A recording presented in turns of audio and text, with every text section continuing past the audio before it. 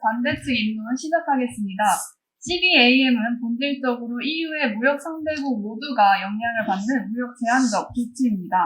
따라서 CBAM은 대한민국을 포함한 무수히 많은 국가들에 악영향을 끼칠 것으로 예상되며 국제적인 질타를 받고 있는 상황임을 명확히 알립니다. 저희 반대 측은 두 가지 근거를 들어 CBAM 시행을 반대합니다. 첫째, CBAM은 UNFCCC 그리고 WTO 협정 등의 국제법을 명백히 위반합니다. CBAM은 UNFCCC 제3.1조와 제3.5조를 위반하고 있는데요. 이는 CBDR-RC 원칙과 개발도상국이 지속가능한 경제성장을 달성하고 개방된 국제경제 시스템을 구축하도록 각국이 협력해야 한다는 조항을 위반하는 것입니다. 또한 CBAM은 WTO 협정의 부속서인 가트 제1조 MFN과 제3조 NT조항을 명백히 위반합니다. 즉 동종상품 간 차별을 유발하며 국산품 간 수입품 간의 공정한 경쟁을 보장하지 못하도록 하므로 가트에 위반됩니다. 둘째, CBAM은 국제적인 경제 문제를 촉발합니다. 대한민국의 철강 생산량은 세계 6위로 CBA 인증서 비용만 연간 최대 3,390억 원을 내야 하는 실정입니다. 또한 개발도상국과 철강, 알루미늄, 전기, 비료 등의 수출 비중이 높은 국가들은 CBAM으로 인해 속수무책으로 큰 경제적 타격을 입습니다. 정리하겠습니다. CBAM은 국제법을 위반하며 전 세계적으로 심각한 경제적 타격을 입힐 것이므로 CBAM 시행에 반대합니다. 네, 우선 찬성팀께 여쭤보고 싶은 부분이 있습니다. 일단 CBAM 자체가 현재 환경 규범과 무역 규범을 모두 위반한다는 사실에 대해서 알고 계시는지 여쭤보고 싶은데요. 특히나 가트 1조 3조를 위반하는 것 자체는 WTO의 가장 기본이 되는 중요한 원칙을 위반하는 건데 이렇게 되면 WTO 체제 자체를 흔들 수 있지 않나 궁금합니다. 또한 정치적으로, 무역적으로 큰 타격을 일으키는 EU의 일방적인 행위임을 알고 계십니까? 또한 추가적으로 여쭤보도록 하겠습니다. 환경오염 해결을 위해서 이 CBAM 도입에 찬성한다고 하셨는데 지금 현재 환경 규범의 기조 자체가 국제적인 합의가 도출되지 않은 상황에서는 각 국가의 환경 정책 개별 선택의 자율성에 훨씬 더 큰 초점을 두고 계신다는 점을 알고 계신가요? 네, 먼저 저희도 이제 찬성 측 입론 잘 들었습니다. 먼저 찬성 측에서는 무역 제한적 조치임을 근거로 CBAM 제도에 대해서 반대를 해주셨는데요. 먼저 CBAM 제도는 무역 합치성 문제에서도 WTO 20조에 의해서 만약에 환경 그리고 환경 기후 변화와 같은 시급한 문제가 발생할 경우에는 예외 조항을 명백히 인정하고 있습니다. 그리고 마찬가지로 CBAM을 제도를 통해서 3,390억 원의 비용이 산출해 주신다고 말씀하셨습니다. 하지만 미국 백악관의 연구 조사 결과에 의하면 2100년 현재와 같은 탄소 배출을 유지할 경우에는 전 세계적으로 최소 2조 달러 이상의 금전적 피해가 예상되고 있습니다.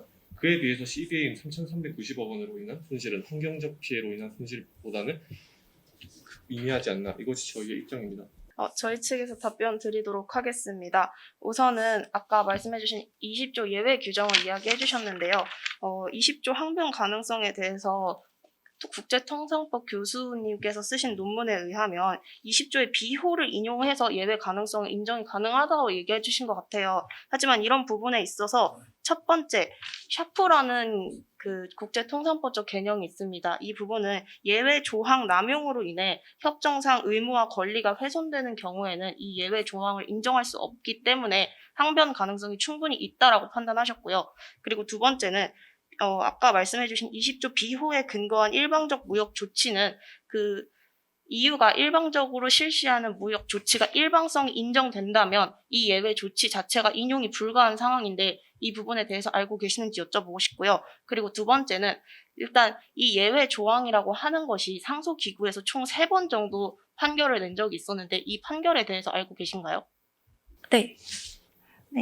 먼저 제 XX조 일반 예외 통한 정당화 가능성에 대해서 WTO에서 이미 명시를 하고 있기 때문에 환경보호 주된 목적에 관해서는 고갈 가능한 천년 자원 개념 그리고 청정 대기를 포함한 안정적 기후 역시 동개념으로 포함하고 있다고 합니다. 뿐만 아니라 3,390억 원이라고 하셨는데 먼저 EU CBAM은 한국의 경우에는 KETS를 진행하고 있기 때문에 인증서 구입에 대한 감축 및 면제 대상에 포함이 됩니다. 따라서 타 수출 경쟁국보다 높을 수 있으며 시장 점유율 상승에도 선점을 기할 수 있습니다. 첨언하겠습니다. 당시 예외 조항을 말씀해 주실 때 국제통상법 교수님이라고 말씀을 해주셨는데 어느 소속이 어떤 교수님인지 추가적인 근거 자료 요청드리고요. 또 가트 XX조를 도입하기 위해서 해당 조항이 환경을 위해 구체적으로 운영되고 있음을 증명하기 위해 또 개발도상국의 도입을 촉진하기 위해 EU 집행위 입법안은 이제 중앙화된 권한 당국이 아닌 EU 전체가 그 도입하는 국가의 운행 당국을 두어 운영을 하고 있습니다.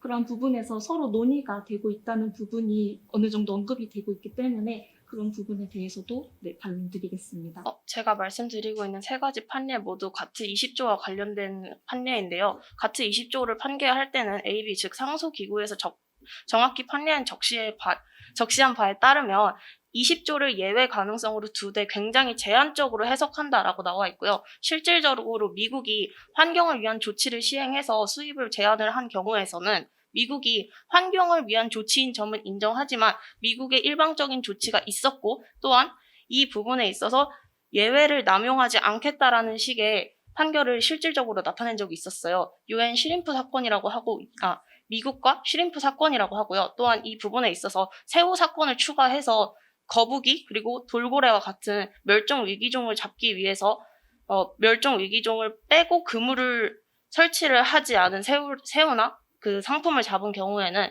수입을 제한하도록 하는 부분에 있어서는 이건 불법이다라고 얘기를 했었고요. 그렇기 때문에 WTO 체제에서 20조를 인용하는 데 있어서 굉장히 제한적으로 조치를 취하고 있다라는 점을 다시 한번 말씀드립니다. 또한 ETS 부분에 관해서는 토론자님께서 이야기해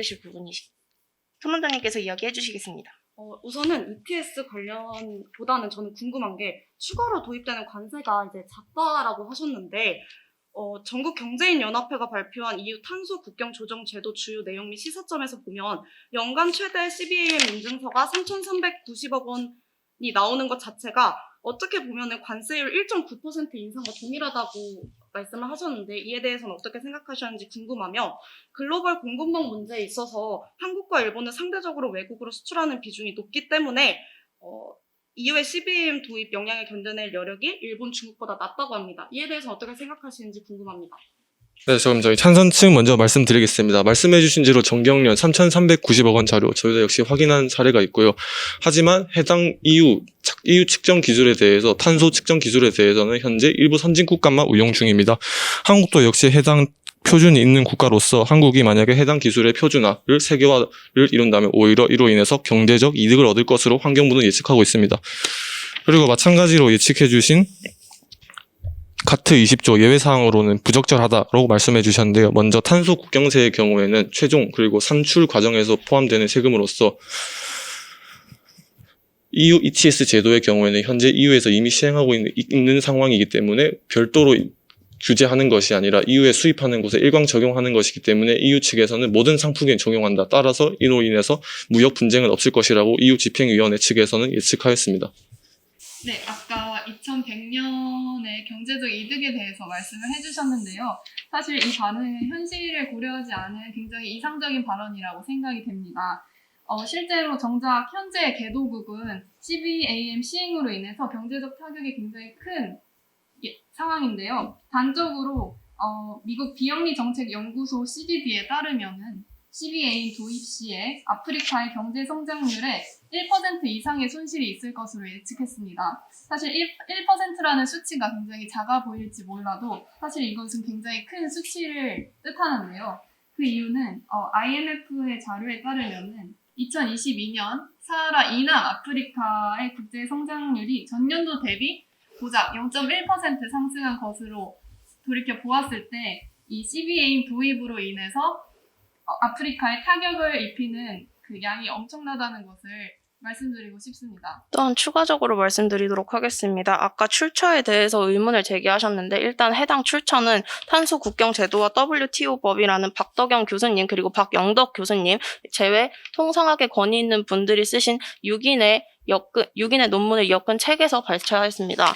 또한 추가적으로 말씀드리자면 저희가 이 조항이 왜 실질적으로 차별을 낳고 있는지에 대해서 다시 한번 강조드립니다. 이 조항은 배출량 산정의 주요 쟁점은 기본값 적용 문제가 있는데요. 배출량을 산정할 당시에 해당 제품이 얼만큼 많은 탄소를 실질적으로 배출하고 있느냐에 대한 계산을 할 때 이게 불가능한 제품도 있습니다. 하지만 이 불가능한 제품에 대한 탄소 비용은 기본값이라고 하는 디폴트 밸류를 EU에서 자의적으로 선택을 하게 되고요. 이 부분에 있어서 아까 EU 내부에서는 아무 문제가 없었다라고 이야기를 하셨지만 EU 내부가 결정한 조치 때문에 다른 국가들은 실질적으로 이 EU 내부의 조치에 맞춰서 인프라를 구축해야 되기 때문에 이 부분에 대해서 확실한 효과 없이 제도 시행을 하는 것은 아닌가에 대한 의문을 제기하고 싶습니다. 네, 참선팀 발표하겠습니다. 먼저 기본값이 얼마나 많이 하는 거에 대해서 말씀드리겠습니다. 먼저 이에 대해서는 수출국은 평균 탄소 배출량을 산정하고 있습니다.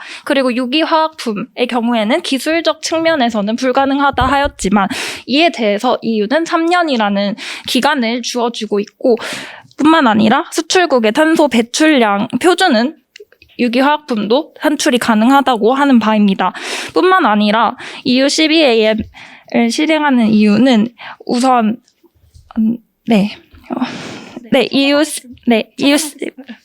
EU CBAM을 하는 이유는 먼저 탄소 국경세의 효과 때문인데요. 지금까지는 탄소 국경세가 효율적으로 이루어지지 않았지만 국제통화기금에 따르면 기후변화에 대응하는 가장 강력하고 효과적인 정책 수단이기 때문에 탄소 국경세를 운영하고 있습니다. 뿐만 아니라 세계은행 보고서에 따르면 파리 협정의 목표 이행에 필요한 탄소 가격의 수준이 2020년 최소 톤당 40에서 80달러, 그리고 50에서 100달러로 추정하고 있습니다. 이에 따라서 탄소 국경세의 효과에 대해서 말씀드리고 싶습니다. 네, 그리고 추가로 말씀드리겠습니다. 먼저 2조 달러의 손실에 대해서 이상적인 말씀이라고 말씀해 주셨는데요. 일단 해당 자료에 대해서는 미국 백악관 측에서 조사한 자료이며 비슷한 사례로 유엔에서 조사한 사례 역시 만약에 현재와 같은 탄소 배출이 지속될 경우에는 2100년 경우에는 GDP의 23% 이상이 손실이 될 것으로 예상되고 있습니다. 물론 아프리카의 GDP 역시 중요하다고 생각됩니다. 하지만 기후변화로 인해서 피해를 보는 것은 유럽뿐만이 아니라 아프리카 그리고 이번에 파키스탄 사태와 같이 개발도상국이 더욱 심각한 피해를 입고 있습니다. 이를 고려하지 않고 단순히 경제적 효과만 산출하는 것은 저희는 무의미하다고 생각하고 있습니다. 해당 부분에 대해서 디폴트 밸류에 대해서 다시 한번 짚고 넘어가도록 하겠습니다. 디폴트 밸류라고 하는 것은 EU의 배출 효율성 하위 10%의 사업장 배출원 단위를 적용해서 EU를 기준으로 판단하는 수치입니다. 이러한 부분에 있어서 한국과 같이 철강 위주의 생산국이고 또한 원자재를 다른 국가에서 수입하고 있는 개발도상국과 같은 경우에는 EU를 기준으로 맞춰서 다시 인프라를 구축해야 하는 사회적 비용에 대해서 여쭤보는 거고요. 또한 인천대학교 국제대학원 논문에 따르면 이 부분에 있어서 배출 데이터의 충분성과 신뢰성 여부를 EU 당국이 판단한다는 점에서 수출 기업들의 행정 부담과 불확실성이 가중된다는 문제를 지적한 적이 있습니다. 또한 한국 대외경제정책연구원의 보고서에 따르면 아직 한국의 규모 있는 중견 기업들 역시 이 CBAM 도입에 대해서 굉장히 불확실하다라는 설문조사 결과를 발표한 바가 있고요. CBAM을 도입했을 때 EU의 기준에 맞춰서 EU가 하자는 대로 결국에는 EU가 사실상 환경 규범을 주도하고 있기 때문에 EU가 이 지점을 사실 배출량 데이터가 충분치 않은 경우에 EU가 결정하는 대로 가야 된다는 부분이 차별을 낳는다는 점을 다시 한번 말씀드리고 또한 이 부분이 동종 상품에 대한 구체적인 차별 조항을 명시하는데 이 부분을 위반하고 있다는 점을 다시 한번 강조드립니다. 네, 처벌하겠습니다. 또한 중국과 러시아가 현재 이 CBAM 조치에 반대하고 있는 입장인데 이에 대해서 아무리 CBAM 규제 자체가 실효성이 있다 하더라도 이것 자체가 실질적으로 실현되기 어려운 상황인 것 같은데 이에 대해서는 어떻게 생각하시는지 궁금합니다. 반론하겠습니다. 우선 말씀해주신 타 국가가 인정하지 않고 있다는 부분은 프랑스 EU 담당 장관이 발언하신 부분에서 확인이 가능한데요. EU와 유사한 기후변화 목표를 가진 국가에게 EU와 유사한 기후변화 목표로 정책을 시행을 하고 있다면 CBAM을 부과하지 않을 의향이 있다라는 발언을 하셨습니다. 이에 최종적으로는 환경을 위한 정책임을 다시 한번 명백하게 제시하고 있다는 부분을 확인할 수 있었고요. 또 개발도상국의 경제 발전을 저해한다라는 우려가 있었는데요. 이러한 부분은 이제 국내 그 정책을 시행하는 국내 등록부를 설치를 하고 해당 정보가 EU 집행위가 설치하는 데이터베이스로 집결이 된 후에 이러한 정보들이 모두 일반인들에게 오픈이 된다는 점에서 그런 EU의 선택적인 접목이 어느 정도 완화가 될 수 있다라는 연구 결과가 있었습니다. 네, 저희 측 발언하겠습니다. 아까 말씀해 주셨을 때 이제 같은 방향을 갖고 있는 국가들끼리 같이 협력해서 정책을 이뤄나가면 되지 않겠느냐고 발언해 주셨는데 아마 그 기후 클럽을 두고 말씀을 해주신 것 같아요. 근데 그 사실 기후 클럽은 해당 국가들 중에 EU를 제외한 미국, 영국, 캐나다, 일본은 사실 무역에 대한 이해관계가 다르기 때문에 합의가 어렵다는 점 말씀드리고 싶고요. 또한 정치적인 면에서 EU CBAM과 매우 유사한 정책이 한번 실패한 사례가 있습니다. 이걸 알고 계십니까? 제가 추가적으로 말씀을 드리려고 하는데요. EU ETS 항공부문 사례가 실패한 적이 있었는데요. 이는 2008년부터 EU ETS에는 원래 포함되어 있지 않은 항공 부분을 EU ETS에 포함을 시켰습니다. 그랬더니 항공사가 있는 미국과 중국 등의 나라들이 굉장히 강력하게 반발을 했는데요. 사실 유럽 재판소, 사법재판소에서 이 사안에 대해서 합법 조치를 내렸지만 그럼에도 그 후에 미국과 중국 그리고 항공기를 갖고 있는 수많은 나라들의 보이콧과 강력한 정치적 압박 때문에 결국 1년 만에 해당 조치를 잠정 유예시켰습니다. 사실 이 조치가 CBAM과 굉장히 많이 유사한 점이 있는데요.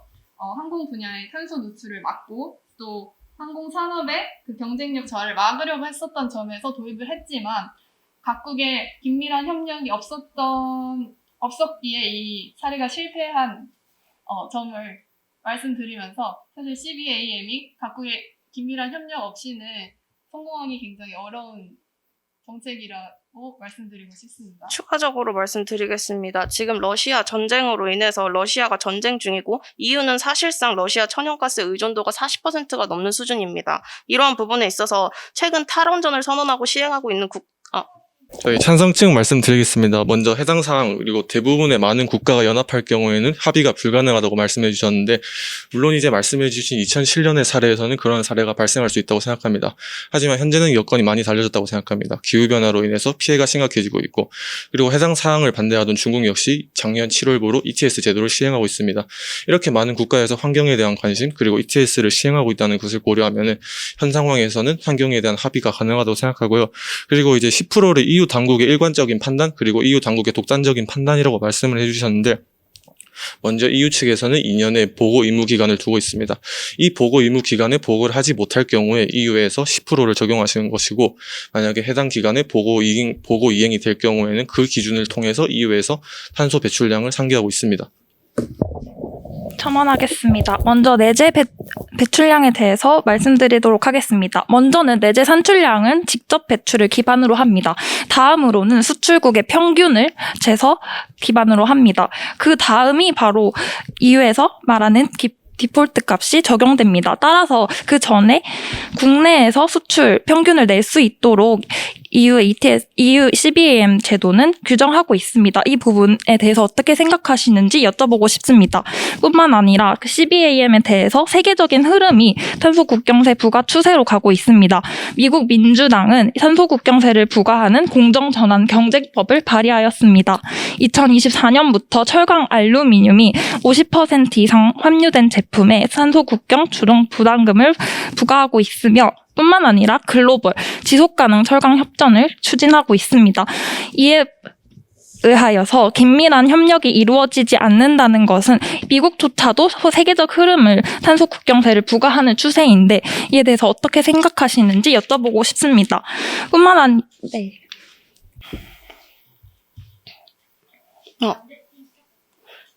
아까 미국의 사례를 들어주셨는데요.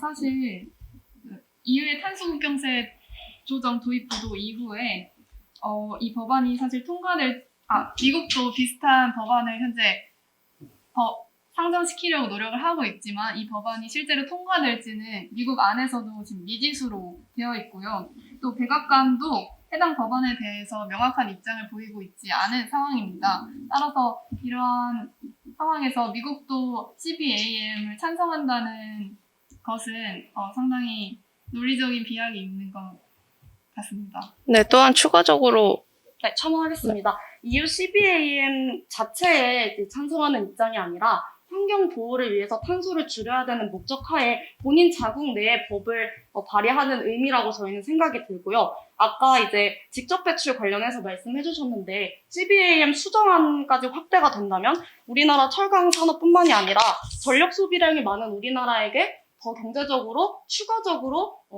부정적인 효과를 줄 수 있는 부분이 아닌가라는 점을 여쭙고 싶습니다.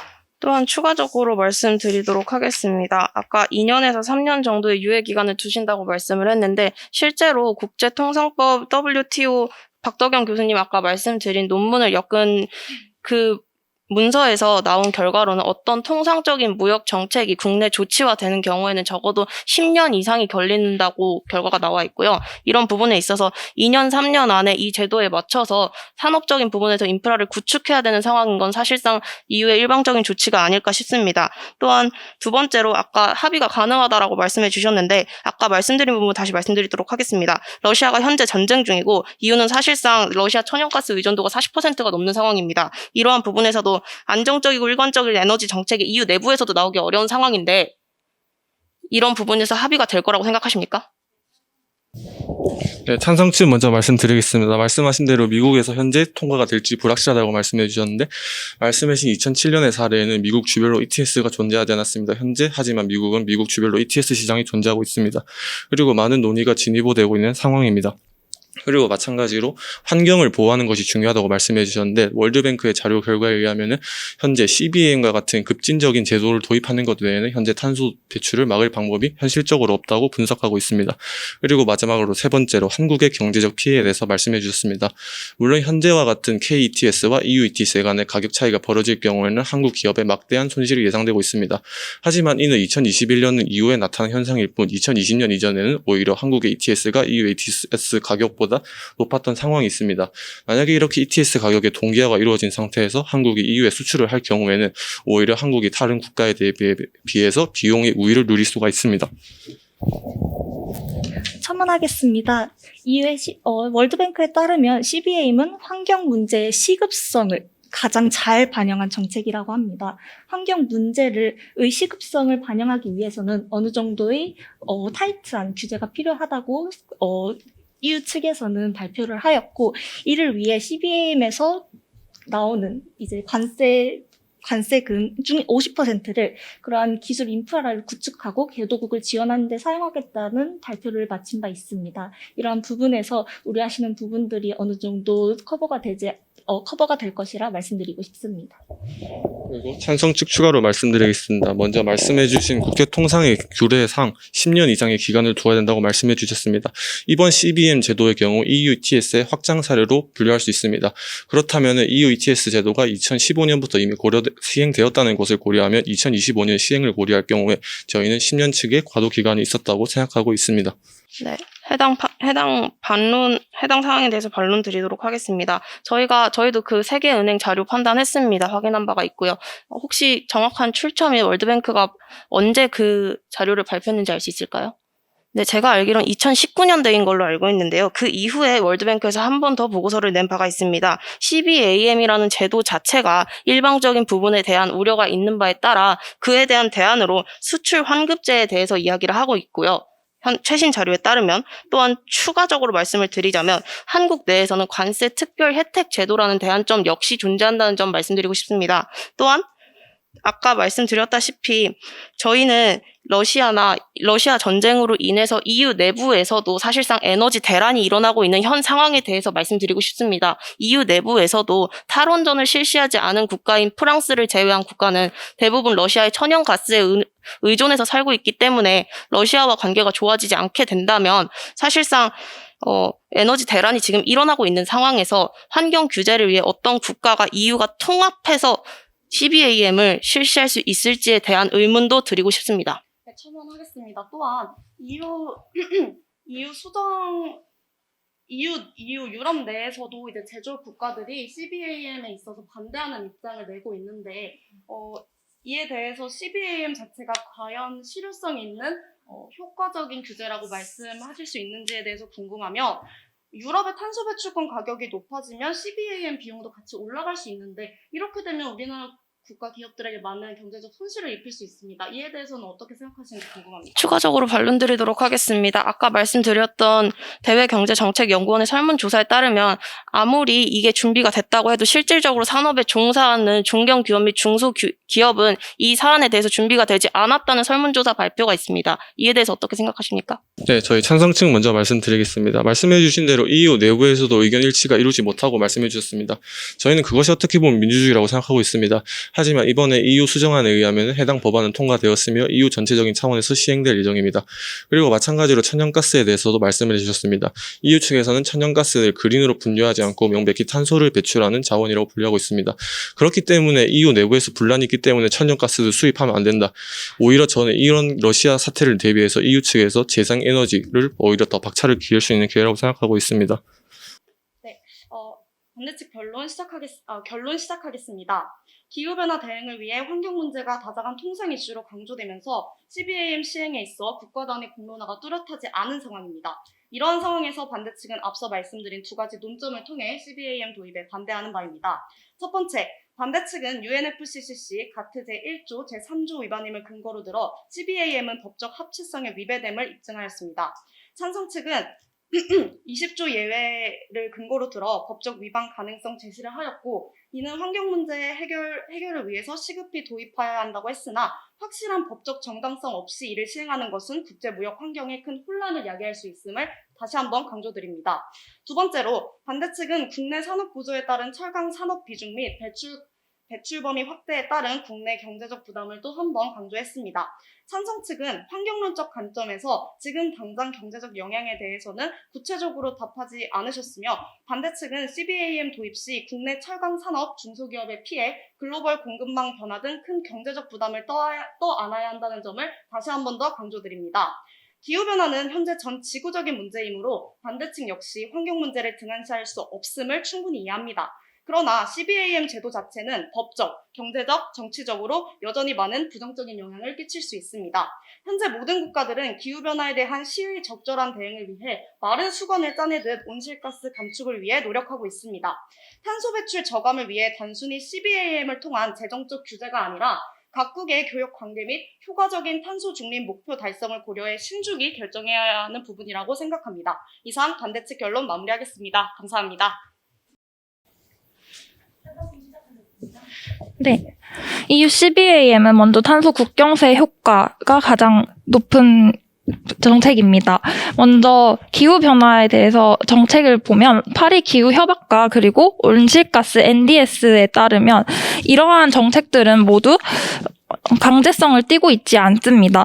따라서 자율성을 기반으로 하게 되는데, 이러한 정책들은 모두 효과를 발휘하지 못했기 때문에 탄소 국경세가 효과로서 가장 대두되고 있는 시점입니다. 그래서 통화기금의 사례를 들었고 세계은행 보고서의 사례를 들었습니다. 탄소 가격 수준이 40%에서 50달러에서 100달러까지 뛰어야 할 정도로 탄소 가격세를 매겨야지 이 정책의 효과성을 더욱 극진시킬 수 있다고 합니다.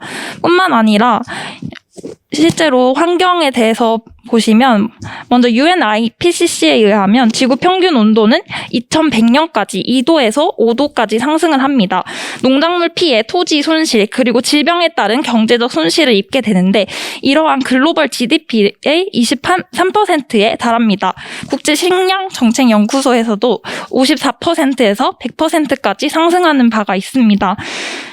따라서 이러한 환경오염을 등한시할 수 없으며 개발도상국은 이산화탄소 배출량이 47%에 차지하고 있기 때문에 부담을 또한 가져야 합니다.